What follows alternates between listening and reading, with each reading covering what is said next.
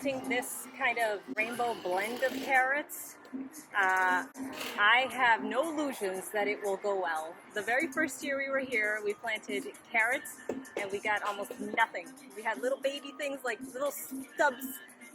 It didn't happen. So I don't know if it's like the soil, the pH, or whatever it is, but I'm going to try it this year. So this year I planted all of these rainbow blend carrots. I got a comment about how difficult it is to figure out what to plant. So the first thing I would say is pick one or two things to start with.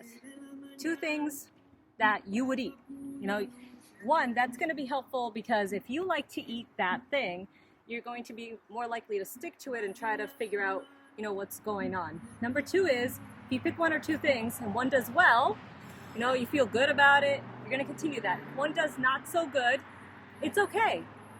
What we did the first year is I planted carrots and cucumbers. The carrots did not do well. The cucumbers did amazing. So the next year I was like, okay, I know cucumbers worked. I'll do cucumbers again. So we continued with the cucumbers. So that's just one tip.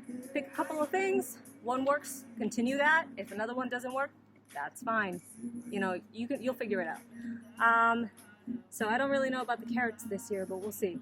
I'm actually jealous. I have a friend who grows carrots that are absolutely gorgeous. So I'll try to also give you some tips about what she uses for growing.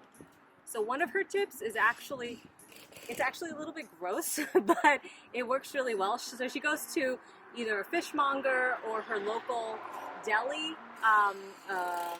What is that? Meat place. What do they call that? Butcher. She goes to a local butcher shop or fishmonger. Sometimes she'll go to like Asian markets and she buys fish guts. They are stinky, but if you buy the fish guts, you know, the entrails, the stuff that people don't want to use, that's what she puts underground, and it works as amazing fertilizer. And actually, our Native American ancestors used to use fish guts and fish remains to fertilize the soil, give it the nutrients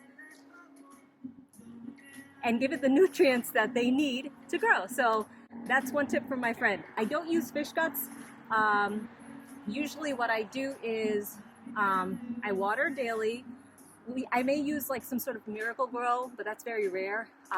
What I do is we use our own compost. So leftover banana peels, you know, rotten strawberries that you had, avocado peels, eggshells, coffee grounds. So you take all of that's left over, instead of throwing it in the trash, start throwing it in a big plastic bag. Take it outside and mix it with dirt, and it'll create some amazing compost that then you can use for your grounds. Here we have slugs, and slugs, especially once your lettuce starts growing, they're gonna start eating your leaves, and I can't stand those creatures. But if you have leftover eggshells and you crush them with, you know, your compost, your coffee grounds, you just spread them all over your ground. Do a little digging in between the plants, spread them there, and then the slugs won't go near your plants because the eggshells actually cut them. So as the slugs kind of like crawl across the ground, they don't want to get cut, so they stay away from your plants. So that's another tip. Eggshells will help keep slugs away.